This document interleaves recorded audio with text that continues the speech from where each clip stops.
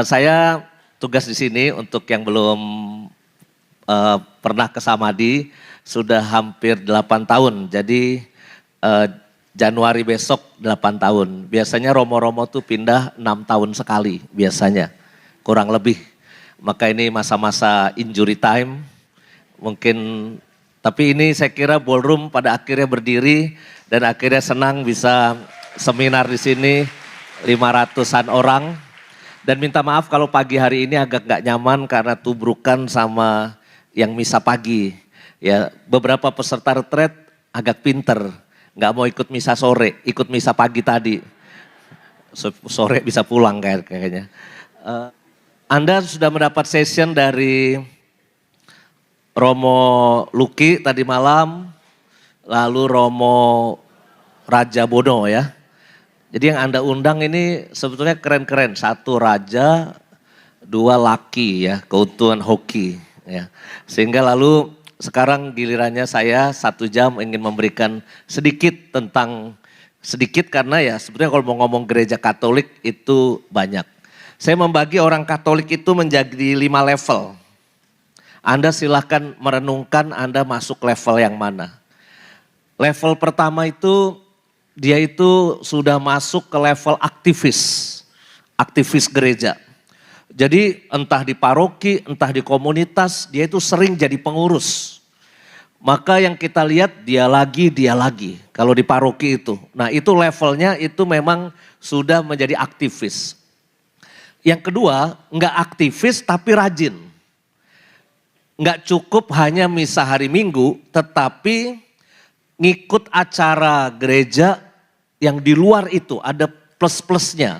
Entah itu misa Jumat pertama, entah itu misa harian, entah itu devosi ini, entah itu komunitas ini itu level B. Anda silakan cek diri Anda masuk orang Katolik level yang mana. Level C ini minimalis, sesuai 5 perintah gereja. Umat Katolik wajib merayakan Ekaristi pada hari Minggu dan hari raya yang disamakan dengan hari Minggu. Jadi ini level yang pas-pasan. Kita merasa kalau sudah misa hari Minggu, utang udah lunas. Apalagi kalau bisa nyolong misa hari Sabtu sore. Sehingga minggunya itu langsung udah bebas kita. Jadi merasa agak beban itu melaksanakan kewajiban hari Minggu, tapi dia setia tetap ikut misa hari Minggu.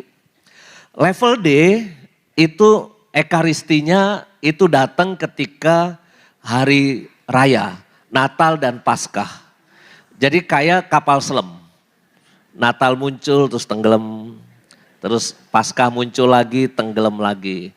Nah level E kita harus juga menerima kenyataan ada banyak orang Katolik yang sudah enggak ke gereja lagi.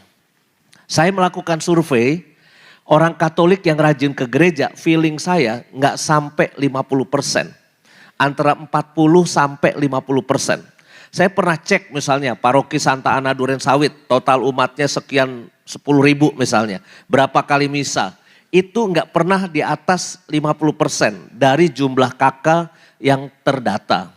Oh mungkin pindah ke sebelah, ke tetangga, ke gereja Rawamangun. Gereja Rawamangun saya tanya romo-romo MSF di sana, kenyataannya juga sama. Itu tidak pernah lebih lewat dari 50 atau 55%. Kemana mereka? Nah ini dia, yang saya bilang agamanya sudah mulai masuk pada level yang penting di KTP ada agama. Tetapi mereka mungkin sudah pergi entah kemana, mungkin ke gereja lain. Mungkin sudah enggak pergi ke gereja mana-mana lagi. Maka ini poin pertama yang ingin saya ajak Anda untuk berefleksi, Anda masuk level kemana. Kalau saya punya feeling, Anda itu masih rajin misa hari Minggu, betul? Betul. Ditambah ikut kegiatan macam-macam. Entah devosi, entah seminar, maka kayak gini aja Anda datang. Maka peserta seminar nih, mau seminar yang ngadain Thomas kek, yang mau ngadain Amazing Grace kek, yang mau ngadain ada lagi Elizabeth, kadang-kala wajahnya mirip-mirip, lu lagi di sini, ya. Tetapi ini memang orang-orang Katolik yang sudah pada level plus. misa hari Minggu dilaksanakan, plus ikut macam-macam kegiatan. Nah, saya ingin mengatakan bahwa mari kita mencintai gereja Katolik dan syukur kepada Allah. Tapi sayangnya yang masuk ke level sudah mencintai gereja Katolik sini, saya scan umur Anda nih ya. Kebanyakan ini 55 tahun ke atas. Ya, 55 tahun ke atas juaranya. Di bawah 40, boleh angkat tangan. Ada di bawah 40? 1, 2, 3, 4, 5. Enggak, kamu bukan di bawah 40. Mungkin enggak sampai lebih dari 10 orang. Ya. Di atas 70 ada? Di atas 70? Wah. Ini usia-usia yang semakin sadar betapa pentingnya doa dan dekat sama Tuhan. Karena sadar tidak lama lagi tinggal landas. Take off. Tapi yang mereka yang umurnya 40 tahun ke bawah, kok saya agak kurang yakin ke depan itu gereja akan seramai ini. Ya. Gereja Eropa itu sudah kosong. Ya. Yang ikut misa dikit.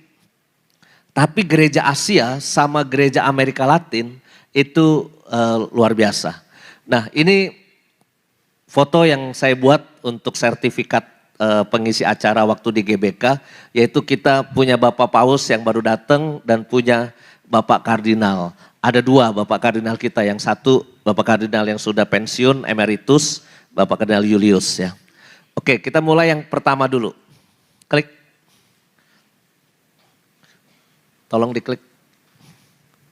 Siapa operator Anda? Apa yang Anda pikirkan tentang kekasan gereja Katolik? Coba saya mau sambil jalan, saya mau spontan. 1 atau 3 kata yang spontan tentang kekasan gereja Katolik. Bucun, spontan apa tentang Katolik? Spontan?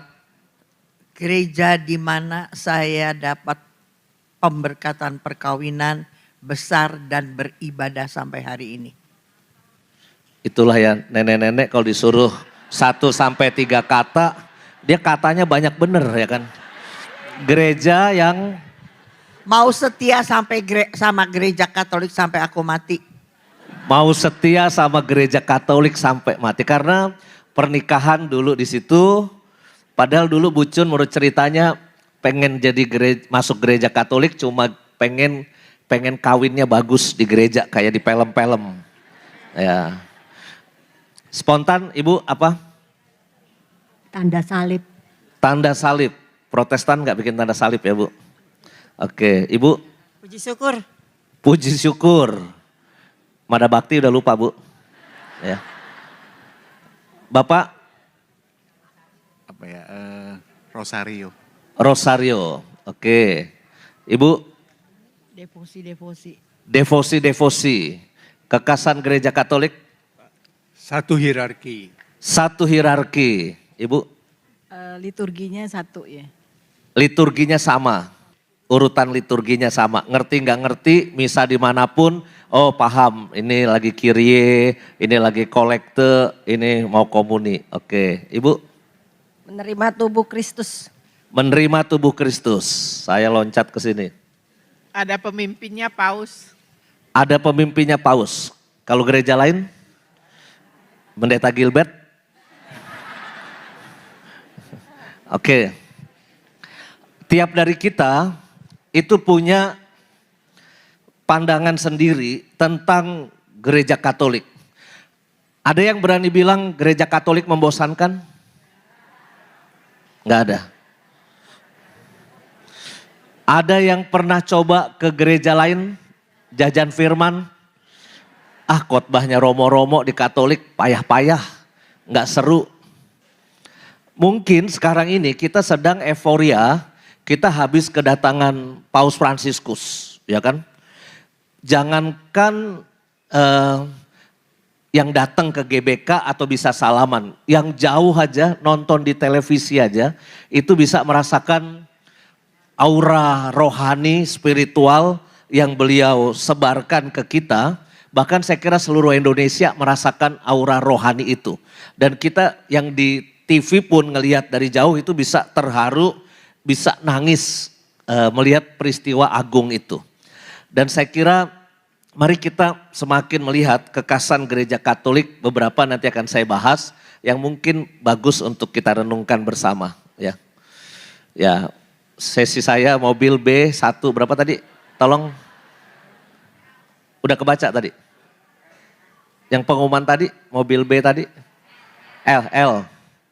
L1137 ACI. Acil nih punya lu Cil? Bukan ya?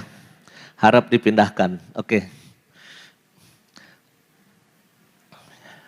Mengenang sejarah panggilan iman kita. Saya melihat setiap dari kita ini pengalaman imannya beda-beda. Ada mungkin yang sebagian besar seperti saya. Jadi Katolik itu karena warisan dari orang tua atau keluarga. Istilah saya ini baptisan merem. Lagi tidur, lagi digendong ibu, mami, ya, tiba-tiba cur kita menjadi Katolik. Siapa yang baptisan bayi di sini? Ternyata tidak dominan, ya.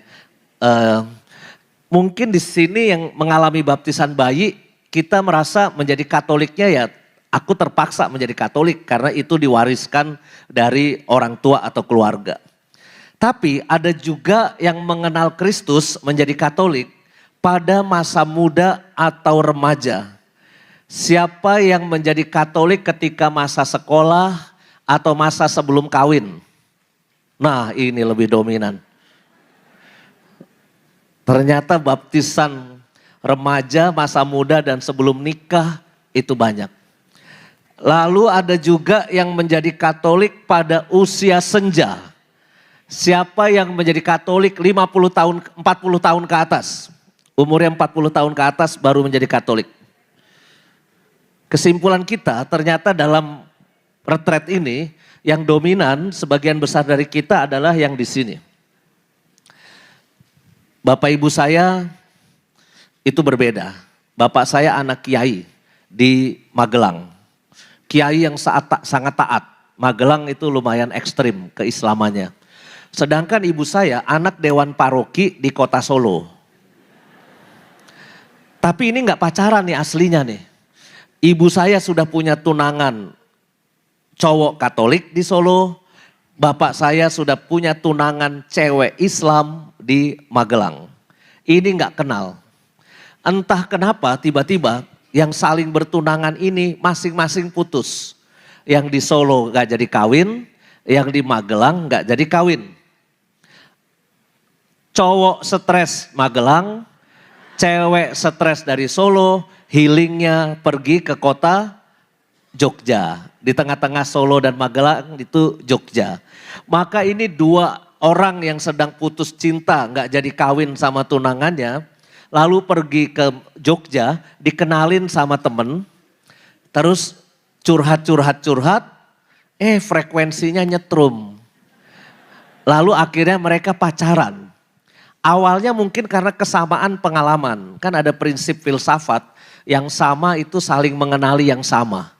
Biasanya gitu. Jadi yang sama-sama sedang stres putus cinta, ketemu sama yang stres putus cinta, curhat, itu biasanya cepet nyambung. Yang suka baca kitab suci, ketemu sama yang suka baca kitab suci, nyambung. Ya. Yang suka makan bakmi, ketemu sama yang makan bakmi, nyambung juga. Yang suka ke night club, pijet plus, ketemu sama yang suka ke night club pijet plus, omongannya nyambung juga. Jadi yang sama mengenali yang sama. Lalu mereka singkat kata pacaran, makin serius. Lalu ibu saya nantang. Kowe tenanan arep nikah sama aku. Kamu beneran mau nikah sama aku? Oh beneran kata lelaki itu. Yowes kalau mau nikah sama aku belajar agama. Jadi disuruh belajar agama. Kok ya nurut lelaki itu ya. Mungkin waktu itu ibu saya sok kecakepan kali ya. Bisa nantang lelaki itu. Kalau sekarang belum tentu bisa kali ya. Orang-orang menantang begitu belum tentu bisa. Tapi ibu saya kalau you mau belajar agama baru nikah sama aku. Lalu akhirnya tuh lelaki belajar agama, dibaptis, kawin, jadi bapak saya dah. Ya. Coba bayangkan kalau bapak saya nikah sama tunangannya yang Islam, ibu saya nikah sama tunangannya yang Katolik. Maka Thomas nggak punya moderator namanya Romo Justinus Ardianto. Nggak ada. OKS nggak ada, Opera Komedi Samadi nggak ada, orang sayanya aja nggak ada. Artinya sejarah akan berkata lain ya. Bapak saya itu sampai diasingkan, dikucilkan dari keluarganya di Magelang. Sampai sekarang saya itu lebih kenal terah leluhur dari Solo. Ibu saya itu 12 berkeluarga, 12 bersaudara. Saya kenal tuh 12-12-nya sepupu saya dari anak pertama, anak kedua, anak keempat, anak kelima dan seterusnya sampai ke-12. Saya apal itu sepupu-sepupu saya karena memang sering main ke Solo. Tapi dengan keluarga bapak saya sama sekali nggak kenal. Siapa kakak dan adik dari bapak saya pun saya nggak kenal. Pada waktu bapak saya mau meninggal, minta diajak ke Magelang, udah stroke, lumpuh, kita gotong ke sana. Lalu saya setirin di kota Magelang, bapak saya sepanjang perjalanan dari Jogja ke Magelang cuma nangis saja. Terus mulai nunjukin rumah begini sambil nangis ya. Terus minta ke kuburan bapaknya dan seterusnya. Artinya waktu itu ada peristiwa di mana bapak saya berkorban untuk cintanya pada ibu saya, lalu dia menjadi pengikut Kristus. Walaupun ke gerejanya kalau bapak saya bilang oke, hari Minggu ke gereja tapi kadang bolong-bolong. Tapi ibu saya itu super luar biasa aktifnya. Tapi bapak itu selalu menjaga kita anak-anak dengan baik. Ibu saya yang lebih pelayanan ke sana kemari ya. Maka di sini kalau saya mau minta Anda cerita, apakah ada pengalaman ekstrim yang sungguh-sungguh, kalau ada satu aja nih di sini misalnya ya, karena ini kan retret tuh harus menggali pengalaman. Apakah di sini ada satu aja yang mau cerita, ada pengalaman extraordinary, luar biasa, terkait kenapa dulu Anda sampai bisa menjadi orang Katolik? Kalau Bu Cun tadi kan udah jelas, mau jadi Katolik gara-gara pernikahannya supaya bisa di gereja itu. Mungkin ada, Ibu boleh maju satu. Ibu boleh kenalan Ibu siapa, terus tinggal di paroki mana? Selamat pagi Romo dan selamat pagi Ibu Cun dan juga semua teman-teman sekalian. Perkenalkan nama saya Ibu Sinta Dewi. Saya sebetulnya aslinya dari paroki Kelapa Gading, Yakobus. Oke.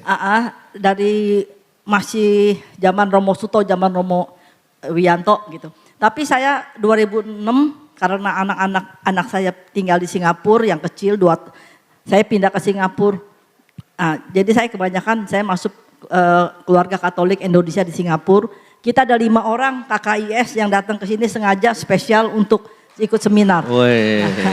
Puji Tuhan. Nah sekarang pengalaman saya, papi saya agamanya Buddha. Dan dari kecil dikuepang sama tepekong, dipungut sama tepekong. Padahal emak engkong saya dari papi saya Kristen battle. Jadi gerejanya di YPP Petekuan. Kalau doa tuh zaman dulu saya kecil berbalik di pintu, di bangku nangis. Gerejanya tutup pintu. Nah terus dari keluarga mami saya, kalau engkong saya dari Buddha memang dari turunan dari Tiongkok papanya. Tapi kalau karena kawin yang kedua, istri pertama meninggal punya anak. Jadi kawin lagi dengan emak saya Muslim dari Sunda, dari Kuningan. Nah jadi itu tapi mami saya itu datang ke Jakarta, mami saya guru jahit dari Jakarta, datang ke Jakarta, bosnya orang Kristen, jadi diajak ke gereja Kristen. Mami saya bisa ngajak kakaknya dan kakak iparnya masuk gereja. Puji Tuhan sekarang anak-anaknya dan mantunya banyak yang jadi pendeta di gereja Bethel. Tapi mami saya dan papi saya tetap Buddha. Di rumah tuh tepekong banyak. Satu meja Kuan Im, satu meja, 5 meja semuanya berderet tepekong. Dan kita semuanya diajarin agama Buddha dari kecil. Tapi saya kelas 5 SD, kelas 4 SD saya sekolah di Chandranaya. Teman saya bilang begini sama saya, mau gak ke gereja? Boleh, saya ke gereja Katolik. Terus udah gitu saya lihat dia ke depan, kamu makan apa? roti katanya. Terus begitu saya mau dong makan roti kayak kamu. Mesti di les agama dulu. Saya tanya papi saya, Pi les agama ya? Oh anak perempuan boleh, kalau anak laki nggak boleh. Katanya. Ya udah, jadi saya les agama setahun. Akhirnya saya dibaptis di gereja Ricci dengan pastor almarhum Pastor Pan SJ. Nah sekarang pasturnya belakangan pindah ke Mangga Besar dari Tua Sebio. Nah terus saya masuk SMP di Ricci, jadi saya pendidikan Katolik di Ricci. Tapi papi saya nih kalau saya SMP, SMA, kalau anak laki yang datang, anak yang Kristen, yang Katolik, nggak boleh ditutup pintu. Tapi kalau yang saya disuruh, hari Minggu mau nggak katanya, malam Minggu boleh keluar rumah. Zaman dulu remaja boleh keluar rumah katanya sama teman-teman. Tapi hari Minggu mesti ke wihara. Jadi kita semua tuh di rumah, walaupun saya Katolik, adik saya Katolik berdua perempuan, tapi kita tetap parita, bahasa Pali, Sansekerta gitu. Jadi kita tetap itu, jadi terus sampai saya di wiharanya Kartini 2, Buddha secara Buddha. Saya tuh kalau Asada, Waisak, ikut deklamasi, ikut acara muda-mudi gitu. Jadi papi saya mengharapkan saya balik lagi ke Buddha. Tapi saya tetap setiap hari Minggu, saya tetap di Ricci, tetap misa. Sampai kalau Natal sama Paskah, mami saya rumah saya deket Keadilan dalam. Jadi naik beca ke situ ke Ricci kan deket zaman dulu. Misa malam sampai jam 2 sampai rumah gitu. Saya tetap Katolik gitu, tetap rasanya tetap itu. Kalau mau sekolah juga saya selalu masuk ke gereja dulu, doa dulu baru saya itu. Nah terus sampai saya pacaran sama suami saya, kebetulan suami saya Katolik, keluarganya Katolik. Nah soalnya bendahara paroki lama di Paskalis mertua saya. Nah suami saya juga Mudika, ketua umum Mudika gitu. Jadi akhirnya kita tetap Katolik, tetap menikah secara Katolik. Nah punya anak-anak ya kita iniin semua Katolik semua. Wih, tepuk tangan buat pengalaman Ibu Dewi. Ya, makasih. Aslinya dulu karena pengen roti itu ya? Iya, teman saya maju ke depan. Saya bilang, kamu dapat apa? Roti. Saya mau dong, nggak boleh. Mesti les agama dulu setahun. Tapi dapat jodoh Katolik nggak apa-apa, papi. Kan tadi katanya kalau yang maju Katolik Kristen ditutup pintunya tadi. Ya kalau anak laki yang dari wihara, saya kan muda-mudi sana. Ya. Kalau yang anak laki wihara datang ke rumah saya, Om ada Sinta, oh masuk nih. Kalau dari vihara masuk.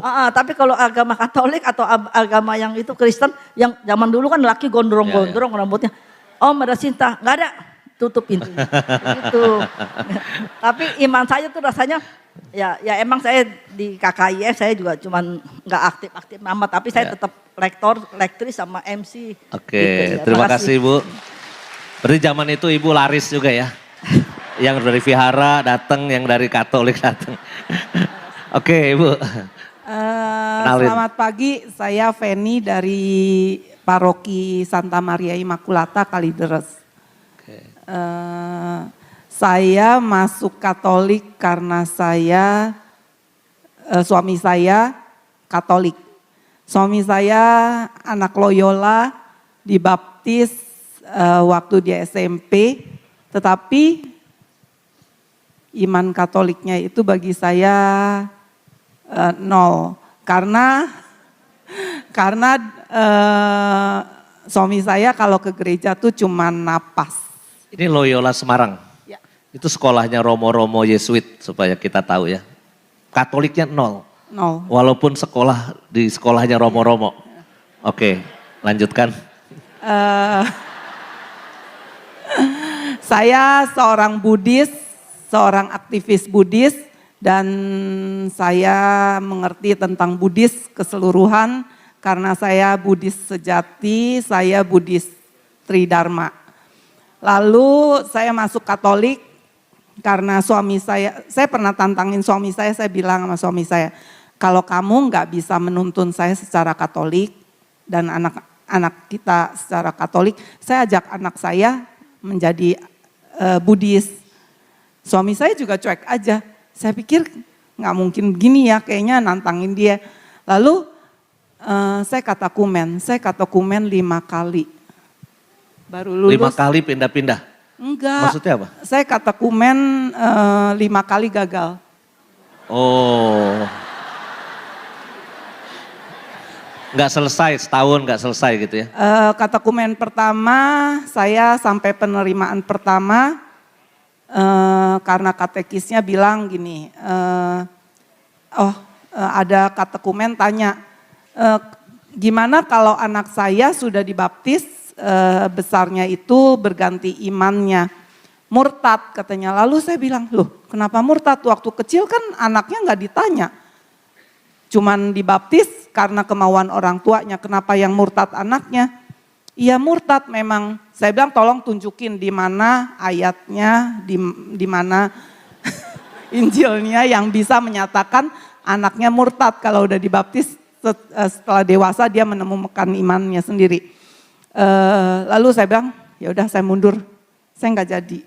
Nggak suka sama guru kayak gitu? Ya bukan nggak suka, saya nggak menemukan, nggak merasa enjoy aja gitu loh. Yang kedua kali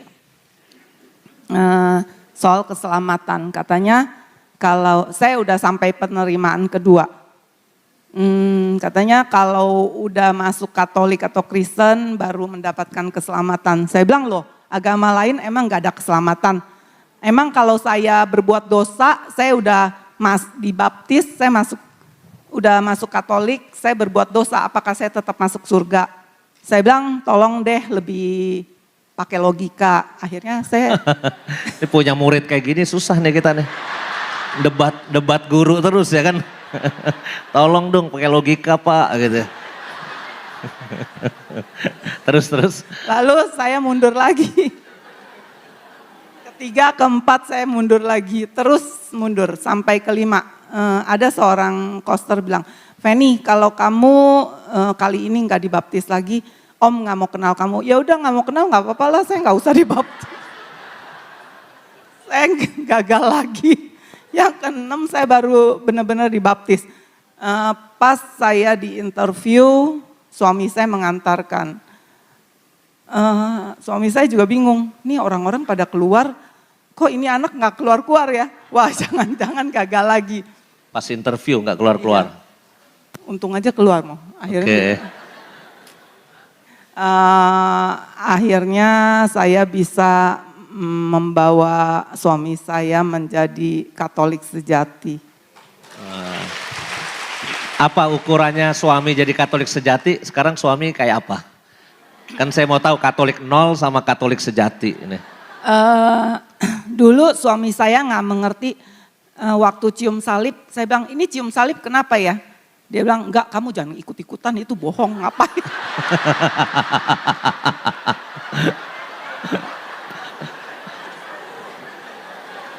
Tapi sekarang dia mengerti dan dia rajin rosario, rajin berdevosi, rajin misa pagi, dia lumayan melayani. Wah, ini saya kira bukti ibu-ibu dalam keluarga itu pilar iman ya. Ya, ketika dia bisa menarik keluarganya benar-benar mencintai gereja. Terima kasih Ibu berdua. Saya tambahin sedikit bentar. Boleh Ibu.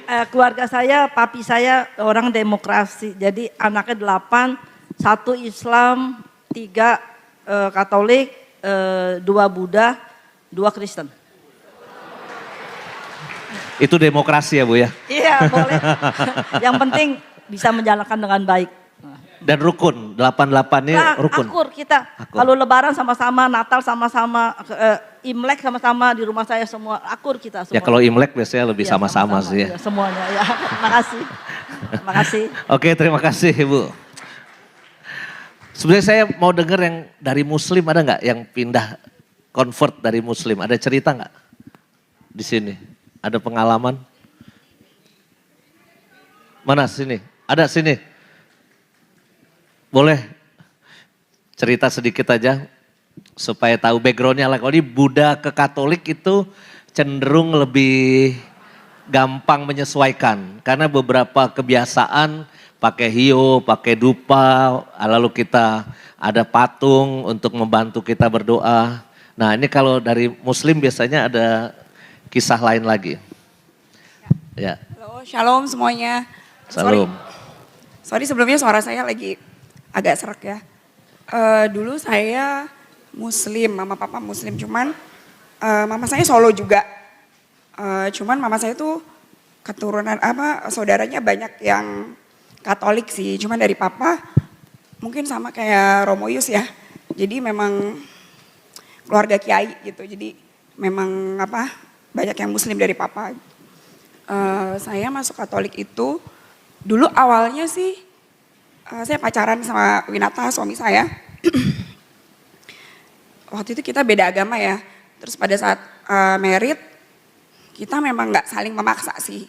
Jadi maksudnya memang kita jalaninnya sendiri-sendiri gitu. Jadi marriednya di Muslim juga, terus di Katolik tapi kita nggak sakramen, jadi pemberkatan aja biasa. Terus seiring berjalannya waktu, pada saat itu anak saya sakit yang pertama. Jadi dia itu kena hampir divonis buta, kena kornea konjungtivitis gitu. Cuman udah periksa kemana-mana gitu. Terus dokter bilang seperti itu. Terus di situ sampai di rumah sakit. Di rumah sakit itu ya dokter bilang memang anak saya akan buta gitu kan. Cuman mama mertua saya bilang coba deh rosario gitu. Dari situ saya mulai belajar sih. Jadi mengenal Katolik tapi hati masih belum mau masuk ke Katolik gitu. Cuman saya pikir ya udah deh coba deh saya rosario gitu. Nah pada saat saya rosario malamnya itu saya kayak dimimpiin gitu.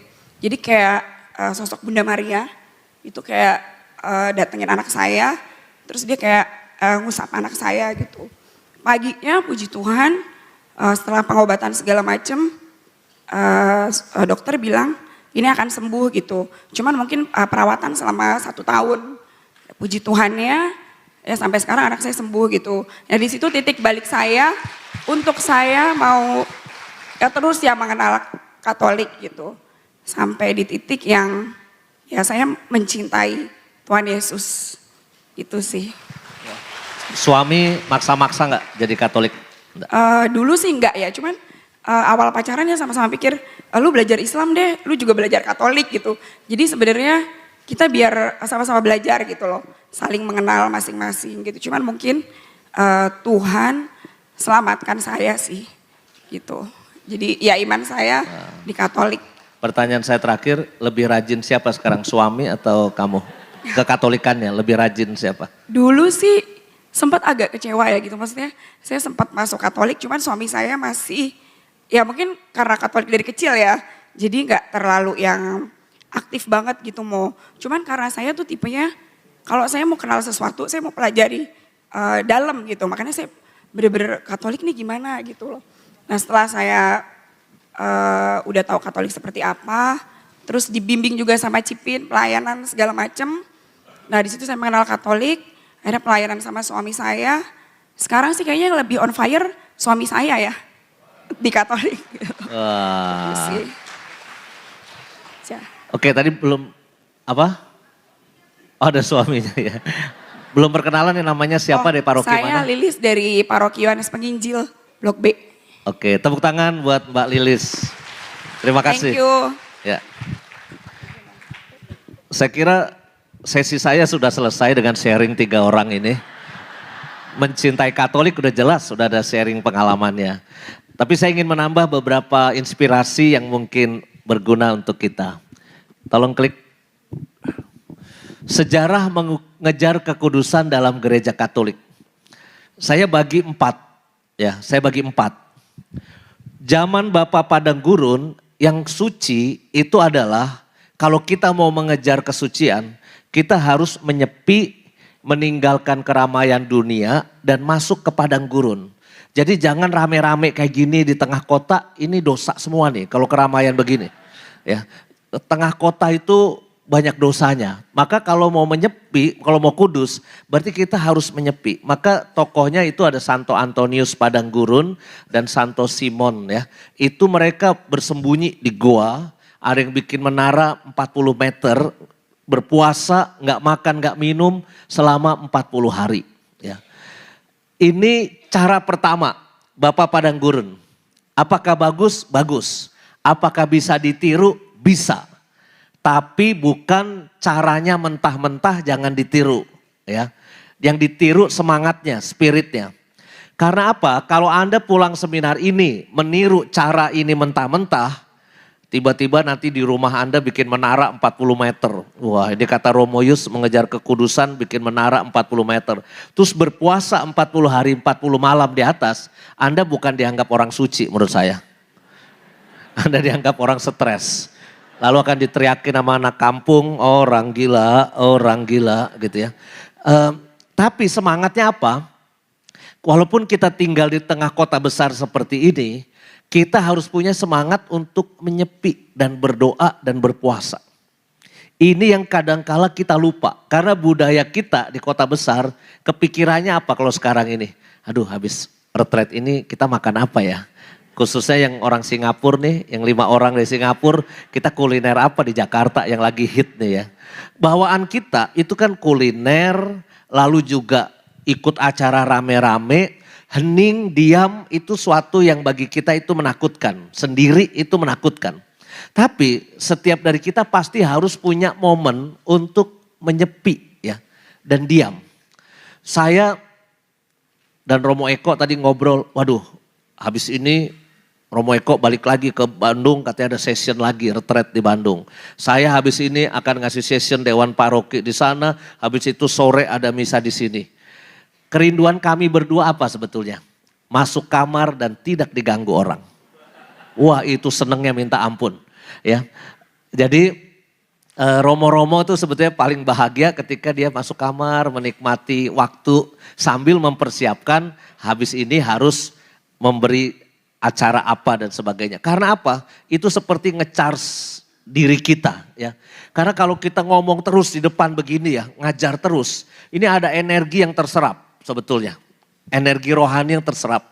Kerinduannya itu tidur sebetulnya. Hobi saya tuh tidur.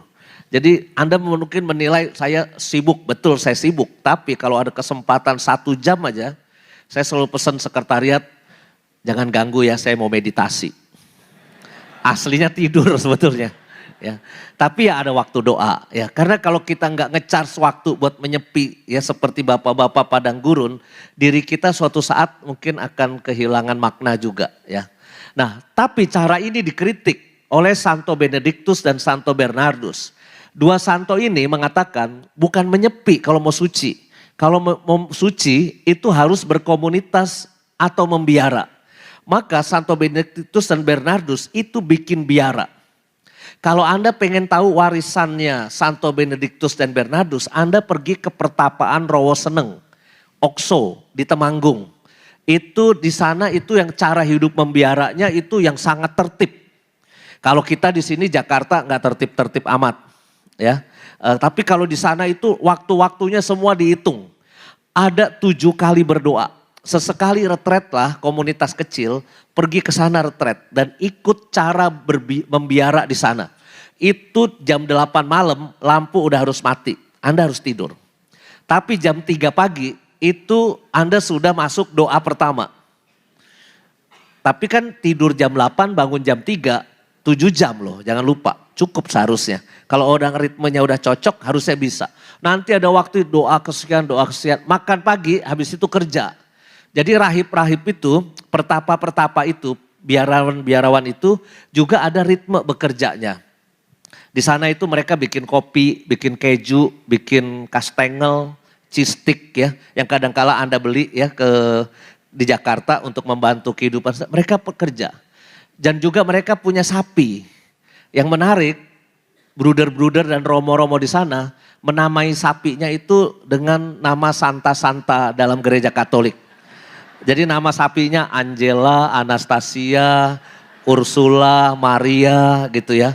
Maka setiap pagi pemimpin biara akan mengumumkan, para bruder, para romo, hari ini kita memeras susunya Angela, Agnes, dan Anastasia. Ursula dan Maria kemarin sudah habis susunya, kita peras. Kita berkonotasi macam-macam, tapi ini sapi ya kan, sapi.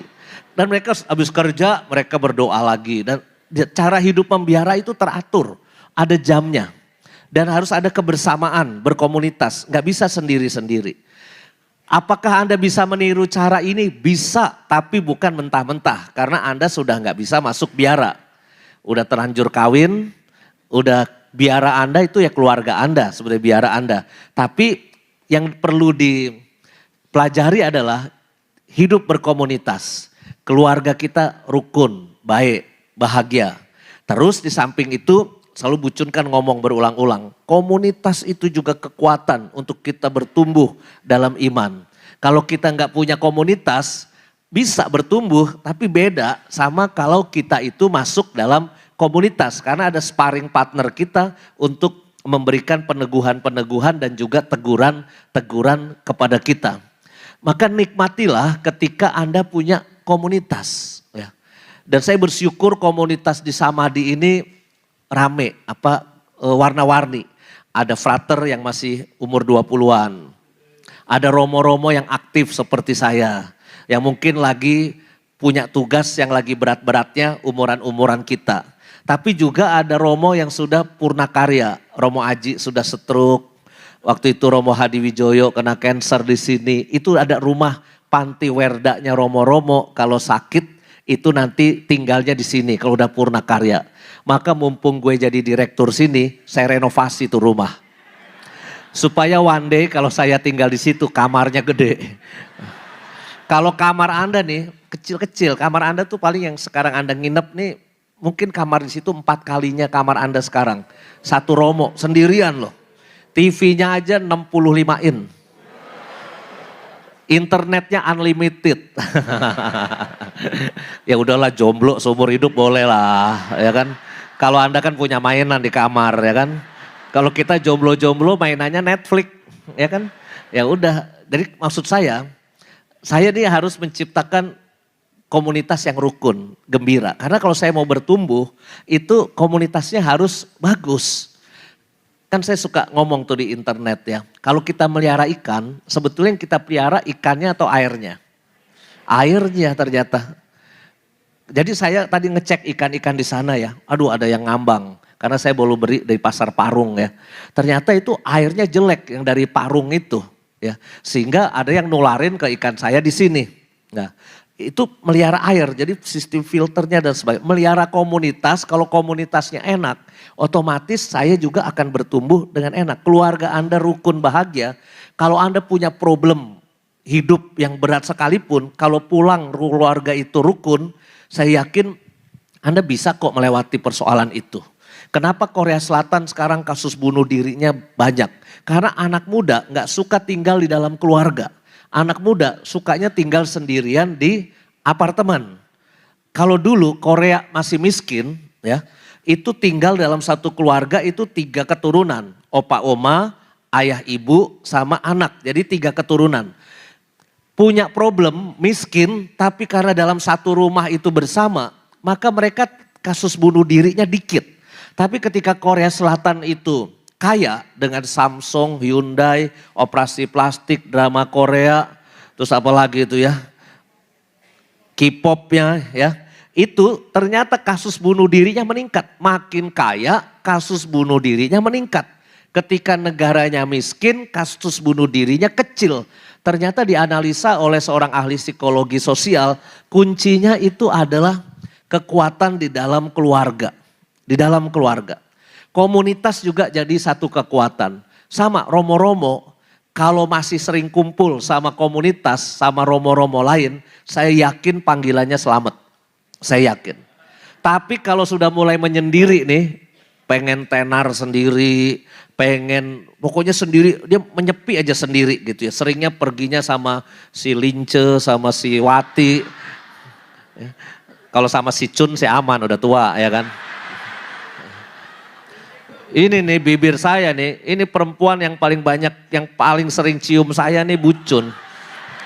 Kan apes banget kan saya ya kan. Apa saya nggak berhak dapat yang lebih baik ya kan. Tapi kalau saya masih kumpul bersama rekan-rekan Romo, saya sangat yakin panggilan saya selamat gitu loh. Kalau sendiri, makanya kalau Anda cek cermati, saya nggak pernah mau bikin konten sendirian. bikin YouTube sendirian ataupun channel TikTok. Saya punya untuk ngelihat apa yang terjadi ya. Tetapi saya nggak cenderung begitu. Saya pengen, ayo romo-romo, saya ajak rame-rame. Itu kebahagiaan buat saya, berkomunitas ya. Lalu Santo Fransiskus Ignatius mengkritik cara ini. Kalau pengen suci, jangan ngumpet di biara. You harus pergi keluar. Di tengah sana banyak, di luar sana banyak orang miskin yang harus kita tolong. Jadi jangan ngumpet bahagia di biara. Maka Santo Ignatius memberi contoh itu. Ini bisa ditiru, bisa. Dan komunitas Thomas sudah sering melakukan. Waktu Bucun masih sehat-sehatnya tuh dengkul ya. Pergi kemana-mana, setahun berapa kali Bu kalau misi? 6 kali. Sampai suaminya protes, ya ditinggal terus. Ya, tapi buat saya jadi orang Katolik, tiga-tiganya nih harus diracik.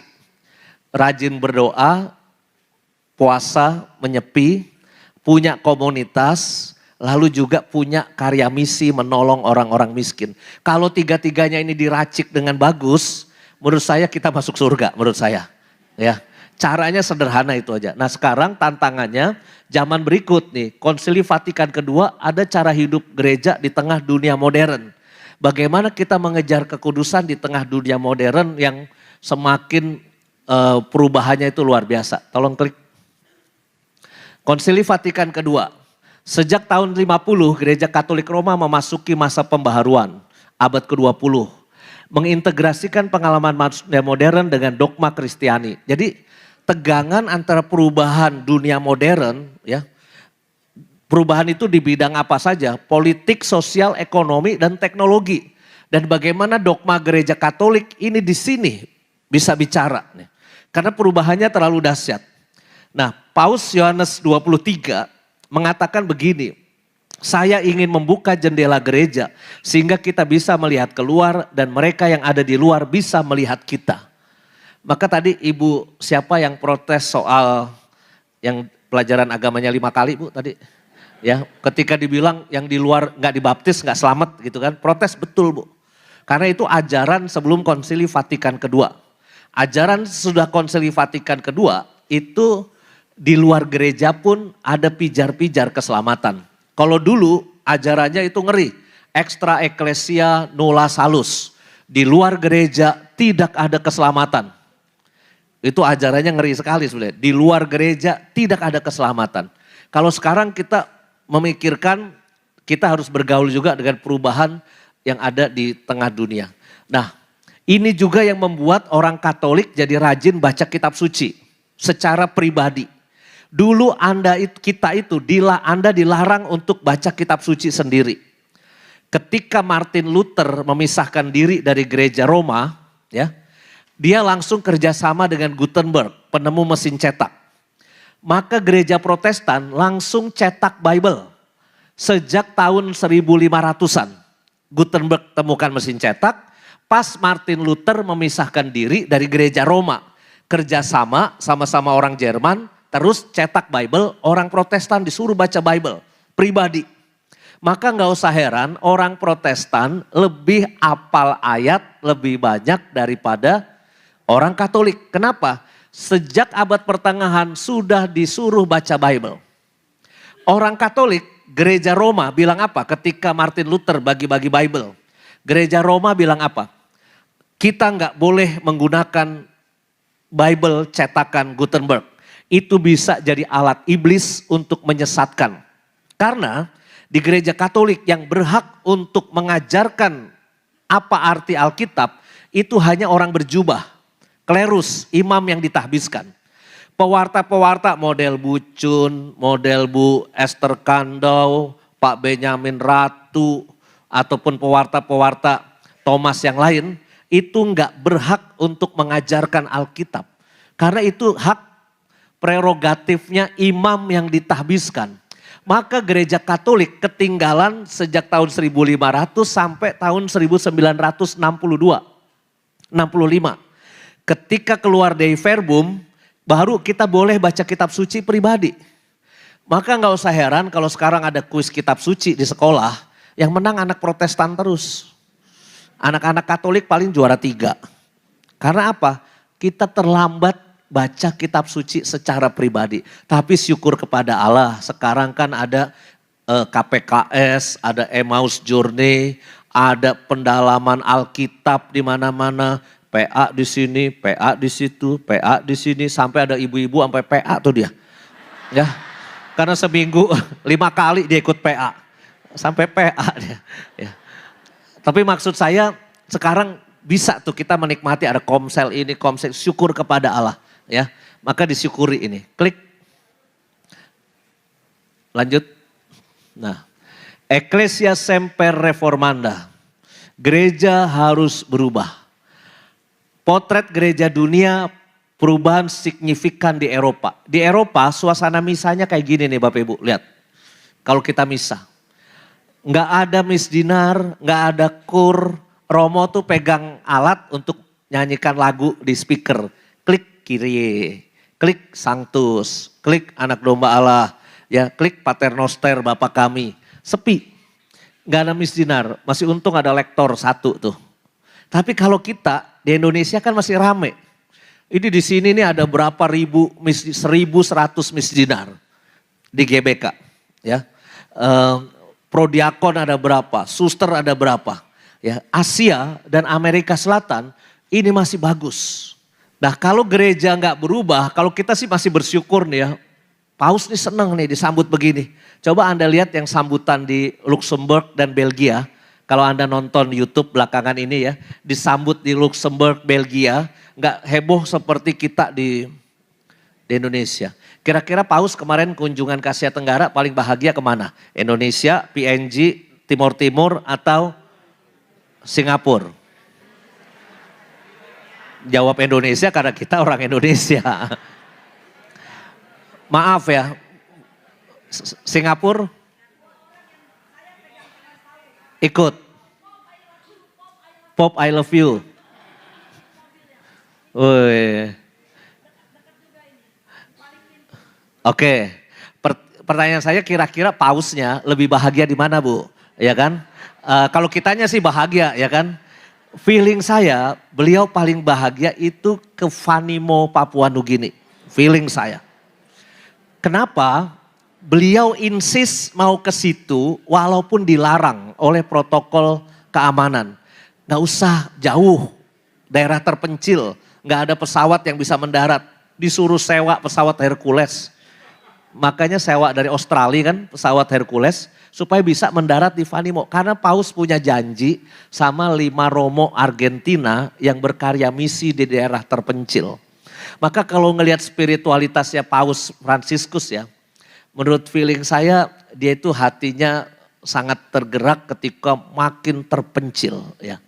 Makin terpencil, wah kalau di Timur Timur bayangkan 700.000 orang tuh ya.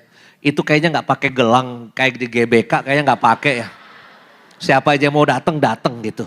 Dan Paus happy juga di situ, boleh pakai payung. Kita di GBK kan nggak boleh bawa payung, alasan keamanan.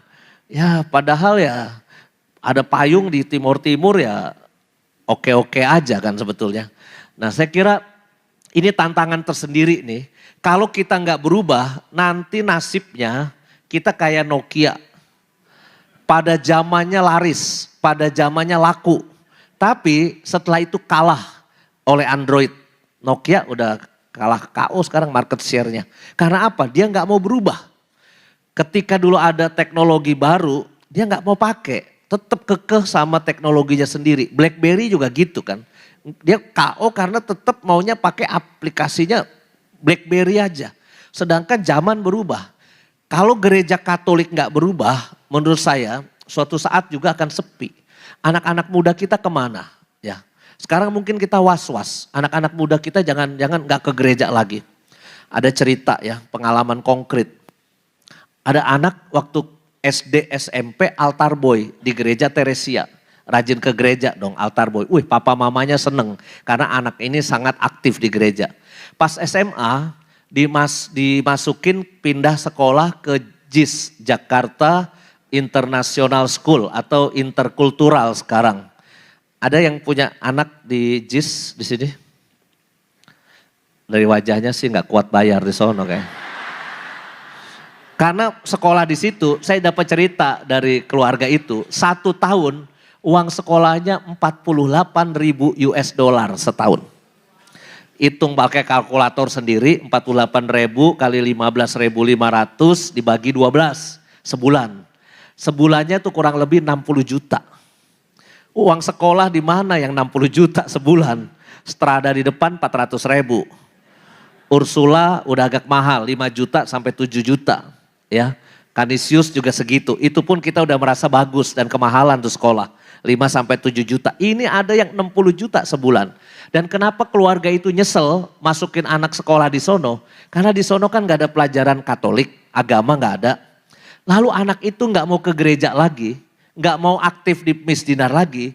Lalu bilang sama papa mamanya, "Papa, I'm not Catholic anymore. I'm not Catholic anymore. I'm free thinker." No. Jadi saya bukan Katolik lagi, tapi saya free thinker. Bebas mau-maunya dia gitu. Wah, papa mamanya sedih. Lulus SMA dipindahin sekolah ke Boston College. Sekolahnya Romo-Romo di Boston. Masukin asrama. Setelah setahun balik lagi ke papa mamanya. "Papa, kayaknya aku mau masuk seminari," kayaknya dia. Mau jadi Romo. Lihat ada turbulence iman di kalangan anak-anak Anda. Titik tertentu dia bisa males ke gereja loh. Titik tertentu dia nggak mau lagi. Kenapa? Faktor pertemanan. Faktor komunitasnya dia dengan siapa. Ketika dia di SD, SMP deket gereja sebelahnya, maka dia bisa ke gereja gitu loh. Tapi ketika dia pergaulannya, nggak penting pelajaran agama, nggak penting ke gereja, maka free thinker dia. Tapi ketika dimasukin ke asrama Katolik, pimpinannya Romo-Romo di sana, lalu mau jadi Romo. Nah, maka bagi saya pengalaman iman waktu dia masa kecil ini penting.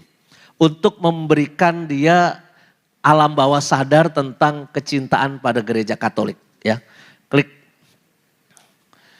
Tegangan antara aturan dan mercy. Mercy itu belas kasih ya. Aturan ya aturan, belas kasih kadangkala bertentangan dengan aturan. Lihat, kalau kayak gini kan kita kayak nggak sopan gitu. Menurut kita kan nggak sopan tuh ngerangkul paus kayak gitu. Tapi kayak pausnya happy-happy aja ya. Mencium anak difabel, kebutuhan khusus. Ya. Paus kita ini memang punya spiritualitas mercy, belas kasih yang menurut saya auranya itu tersebar, kerasa ya. Kepada siapapun. Nah, gereja sebagai lembaga sosial perlu aturan hidup bersama. Ketika Anda berkomunitas, Anda berkumpul sebagai lembaga, maka perlu aturan bersama. Tetapi Paus Fransiskus mengatakan, church is not an institution, but a love story. Jadi gereja itu bukan pertama-tama sebuah institusi, lembaga, tapi gereja itu adalah sebuah kisah cinta. Maka yang terjadi adalah kita harus menerapkan pelayanan yang murah hati dan belas kasih. Maka orang yang datang ke gereja harus mengalami cinta. Kalau di gereja pada berantem, cemberut, musuhan, lalu menurut saya itu gak sesuai dengan prinsip gereja. Ya. Tapi kadangkala di gereja memang suka ada gitu juga. Dulu ada Romo di satu paroki ya, 3 Romo. Ini hebat, 3-tiganya gak cocok. Yang A diem-dieman sama B, yang B musuhan sama yang C juga diemin yang A. Jadi A, B, C ini minus hubungannya. Tapi menurut ahli psikologi sosial, kalau 3-tiganya minus, ini cocok sebetulnya. Artinya itu seimbang. Kalau nggak seimbang, kalau ada A sama B temenan, musuhin C. Nah ini C jadi korban pasti. Tapi kalau 3-tiganya minus, ini keseimbangan sosial juga. Karena 3-tiganya musuhan. Tapi paling bagus kalau 3-tiganya plus, rukun. Apa yang terjadi di paroki itu, umat juga terbagi 3. Ada yang ngefans sama Romo A, maunya ikut misa Romo A. Yang Romo B, fansnya ikut Romo B aja, nggak mau misa A sama C dan sebagainya. Maka suasana gereja nggak enak. Maka lalu Bapak Uskup pusing. Ya ini salibnya Bapak Uskup sebetulnya mencocokkan Romo siapa, cocok sama Romo siapa. Itu salibnya beliau sebetulnya. Lalu dipindahin tiga-tiganya, supaya adil pindah tiga-tiganya. Yang A dipindahin ke ujung Bekasi, yang B dipindahin ke ujung Tangerang, yang C dipindahin ke ujung laut di utara. Pokoknya misah. Maka buat saya ini kan tragis dalam gereja yang harusnya cinta kasih, rohani. Tapi ternyata yang ada adalah kita membeda-bedakan dan musuhan. Nah beberapa kasus misalnya, ini santunan kematian dulu deh. Suatu ketika ada umat ketua lingkungan, aduh saya udah habis waktunya, masih ada waktu berapa menit, 4 menit boleh? Kalau nggak boleh listrik gue matiin.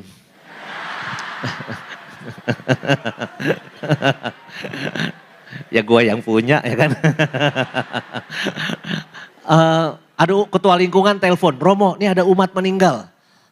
Oh terus gimana? Soal santunan kematian, apakah dia berhak untuk dapetan santunan kematian? Loh emang kenapa? Dia ikut Santo Yusuf nggak? Ikut Romo, tetapi dia sudah nunggak 2 tahun nggak bayar iuran Santo Yusuf. Menurut peraturan dia nggak berhak dapat santunan 2,5 juta gitu. Terus saya tanya, ini keluarga miskin, keluarga menengah atau keluarga kaya? Wah ini miskinnya miskin kronis Romo. Miskin kronis artinya melarat banget gitu kan. Ya udah kasih, tapi Romo nanti nggak adil kan peraturan kita kan begini. Terus akhirnya tunggu saya cek dulu ke kas, saya cek ke bendahara. Iuran Santo Yusuf kita tinggal berapa? 300 juta Romo kasnya. Lah ngeluarin 2,5 juta kan gak goyang itu kas. Ya toh, ya udah saya bilang kasih, bahkan kalau bisa double.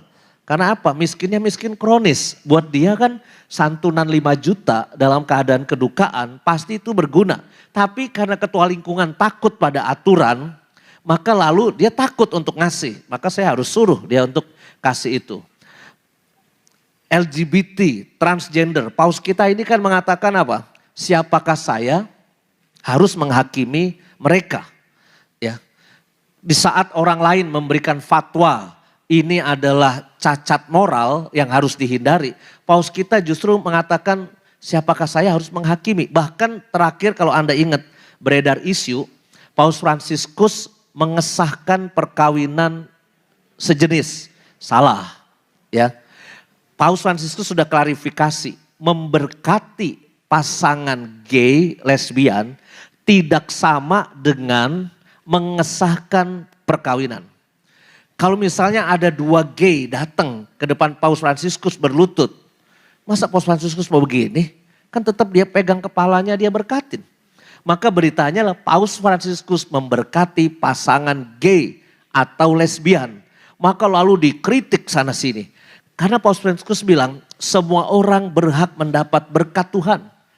Jadi ini kadangkala kita ini menjadi wasit, menjadi hakim. Siapa yang berhak dapat berkat, siapa yang gak berhak dapat berkat. Ini jahat sekali menurut saya. Ya, sekarang gini, coba kalau kita cek. Anda marah gak kalau saya pergi ke Cipinang, ada pengedar narkoba kelas kakap orang Katolik berlutut depan saya. Dia di penjara, pengedar narkoba Katolik, saya berkatin. Jadi isu enggak saya memberkati pengedar narkoba di Cipinang? Enggak, Anda enggak marah. Pasti enggak jadi isu. Sekarang pertanyaan saya, lebih jahat siapa? Pengedar narkoba atau lesbian dan gay? Pengedar narkoba lebih jahat. Anak Anda, cucu Anda bisa hilang masa depannya oleh pengedar narkoba. Masa memberkati pasangan gay, pasangan lesbian jadi problem, jadi isu. Sedangkan memberkati pengedar narkoba enggak jadi isu. Kan maksud saya ini kemanusiaan semua sama gitu. Nah waria, nih transgender. Bucun bersama teman-teman komunitas bawa 14 waria ke sini. Ya transgender. Bapak Ibu, saya 1 waria aja saya takut. Aslinya dulu ya. Kenapa? Saya punya pengalaman pahit, trauma. Jangan salah sangka, saya normal ya. Di perempatan ITC Cempaka Mas, itu ada waria ngamen. Kecerek-kecerek, andeci, bola boli gitu kan. Tukang beca, nyolong banci, bola. Nah ngamen, saya nyari duit nih.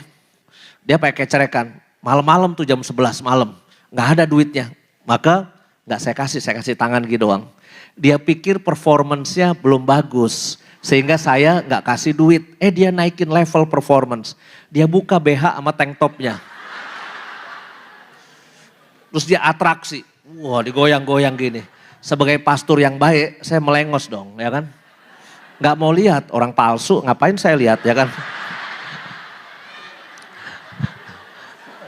Dia pikir kalau udah pertunjukan begitu, kasih. Ternyata saya cari nggak ada, saya kasih tangan lagi. Dia marah loh.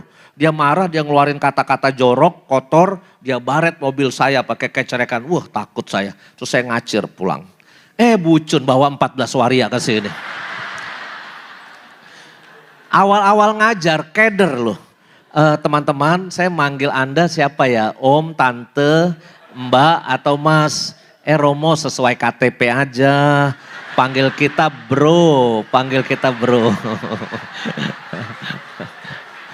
Tapi lama-lama kita Romo-Romo yang ngajar seneng tuh. Romo Nofrin, Romo Baur, saya, Romo Romanus ya. Lama-lama enjoy ngajar waria. Karena lebih seru daripada ngajar murid-murid yang bukan waria. Karena mereka itu disuruh nanya, ya nanya, disuruh jawab, ya jawab. Pokoknya interaktifnya jalan. Walaupun gak nyambung kadang-kala apa yang dikatakan. Pokoknya seru aja. Lulus 14 baptis, Bapak Uskup kasih izin terima krisma. Straight. Sebulan kemudian 14 teman waria itu bawa 29 waria baru. Ternyata mereka itu pencari jiwa yang baik loh. Anda saya kasih tugas sebulan cari jiwa satu orang. Belum tentu bisa. Mereka dapat 29 waria. Mungkin promosinya begini kali.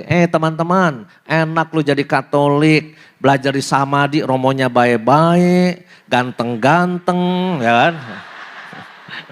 Pulang dibawain sembako lagi, ya kan. Dikasih makan enak, ada pangkas rambut. Ya. Tapi buat saya cuma ingin mengerti ini nih. Menjadi gereja itu harus gereja yang menampilkan kisah cinta. Kalau cuma main kaku-kakuan, aturan-aturan, mau sampai kapan gereja berdiri? Suatu saat akan ditinggalkan orang. Tetapi kalau gereja itu menampilkan wajah cinta penuh kasih, ya, menurut saya sih pasti akan bertumbuh ya. Maka menemani transgender ini bagi saya buktikan transgender itu kan kecenderungannya kita kan menjauh ya. Kalau ada waria atau banci mendekat, kita kan cenderung menjauh. Karena dari penampilan aja mereka udah kelihatan berbeda gitu loh ya. Maka saya bilang di sini kalau masuk Samadi pakai bajunya yang yang biasa, saya bilang gitu. Karena di sini minta maaf ini hijau garis keras di sini saya bilang. Bahaya yo di sini. Maka yang biasa. Kalau lesbian sama gay kan sebetulnya nggak terlalu kelihatan. Kalau waria kan sebetulnya jelas ya. Kita cenderung menjauh. Kalau lesbian sama gay kan nyaru. Kayak di sini kan juga nyaru nih nggak kelihatan ya kan sebetulnya. Oke, klik masih ada nggak sedikit sebelum saya tutup? Klik. Next. Nah, panggilan pelayanan sinodalitas bukan kleris. Nah, perbandingan jumlah iman dan umat tidak pernah mencukupi. Waktu saya SMA, saya mau jadi romo gara-gara ada tulisan. Satu romo di Jakarta berbanding 2.500. Maka saya kepengen, saya tambahin satu deh jadi romo di Jakarta supaya perbandingannya makin kecil. Sekarang setelah saya hitung, satu romo perbandingannya nambah. 1:3.100 sekarang. Jadi kecepatan seminari memproduksi romo kalah cepat sama ibu-ibu bikin beranak. Proses bikin anak Anda itu lebih cepat daripada seminari bikin romo. Nggak cukup gitu. Tapi bagi saya, kayak Anda ini di kota besar ya, kita itu bagi saya bukan kekurangan romo loh. Anda di Jakarta ini mau cari romo jenis apa juga ada menurut saya. Ya, mau yang pinter, jenius ada, yang setengah pinter ada, yang belaga pinter juga ada. Ada romo-romo itu, ordonya juga macem-macem. Mau SY yang dapat C, SCY ada ya kan. OFM ada berapa ordo dan sebagainya. Juga menurut saya, umat di KAJ itu banyak kegiatan. Anda itu kebanyakan acara menurut saya. Ya. Coba kalau di daerah, nggak ada tuh seminar-seminar kayak gini. Nggak ada retret kayak gini, Puncak Bogor nggak ada acara. Tapi kita di KAJ ini banyak acara. Sehingga romo-romonya berkesan kurang. Apesnya lagi, umat Jakarta itu suka jahat menurut saya. Suka milih-milih romo. Jangan romo itu kurang asik, kurang mantep. Romo ini aja nih, cocok nih. Ya, kalau romo itu, nah romo-romo tuh oleh umat Jakarta suka dibikin grade A, grade B, grade C. Grade A itu yang punya karunia. Dalam waktu dekat ini, mau ada adorasi penyembuhan, penyembuhan. Itu pasti romo-romo itu banyak pengikutnya. Saya pernah diprotes sama umat, romo kok sedikit sih romo Katolik yang sakti, kata dia. Yang sakti, siapa yang sakti emang menurut Anda? Dia buka catatan kertas, daftar romo-romo yang sakti. 1, Romo Yohanes Indra Kusuma, cocok saya bilang, setuju. 2, Romo Rohadi, cocok. 3, Romo Somar. Ya, Somar yang mana nih? Ada 2, saya bilang. Semua Somar kayaknya sakti Romo. Oke. Kok nama saya nggak ada disebut, saya bilang. Tapi buat saya itu romo-romo yang Anda kegiatan apapun Anda kejar, cari. Grade B, suka Anda ikutin juga, Anda suka dengerin juga. Yang penting romo itu kalau ngomong, itu ada lucu-lucunya. Ya kan, grade B. Catatannya, Romo Eko Wahyu. Wes. Romo Yusuf Halim, almarhum. Ya, kalau dia ngomong, wajahnya tetap kaku, kayak tancengbok, diem gitu. Tapi umat 6.000 orang bisa ketawa sama dia. Itu Romo Yusuf Halim. Romo Yusi B- lah saya ya. Nah tapi apesnya ada Romo grade C. Yang dapat undangannya tutup peti sama misa arwah doang. Teman saya C-nya C-. Udah gak sakti, gak lucu, sering telat, galak. Maka suatu ketika dia dipindah. Ketika dipindah dapat lagu. Singkirkanlah penghalang sabdamu. Umatnya kenceng nyanyinya. Untung gak dikasih lagu penutup. Gembala pergilah cepat-cepat. Usir dia. Nah umat Jakarta ini tolong ya, terimalah romo apa adanya. Ya, Anda dapat kebagian romo siapa, terimalah dia pasti punya rahmat juga dari gereja. Sama seperti kita romo-romo, gak bisa pilih-pilih mau tugas di paroki mana, gak bisa. Kita terima aja utusan perintah dari uskup, kita taat. Jadi belajar untuk saling menerima menurut saya.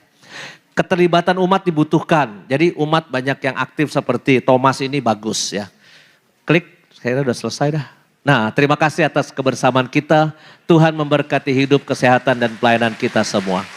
Bapak Ibu selamat menikmati Samadi, selamat menikmati retret. Sampai jumpa di lain kesempatan. Amin.